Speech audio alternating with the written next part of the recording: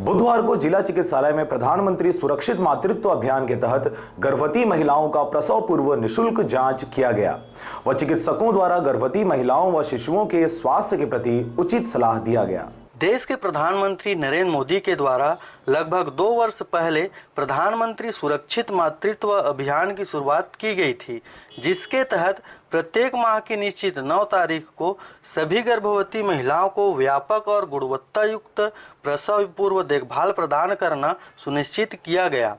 इस योजना का उद्देश्य भारत में प्रसव के दौरान शिशु व माता के मृत्यु दर को कम करना है।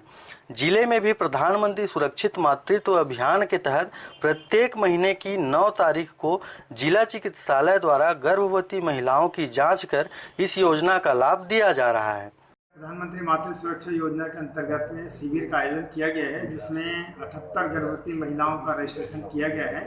और उन सभी गर्भवती महिलाओं का रक्त की जांच हो रही है,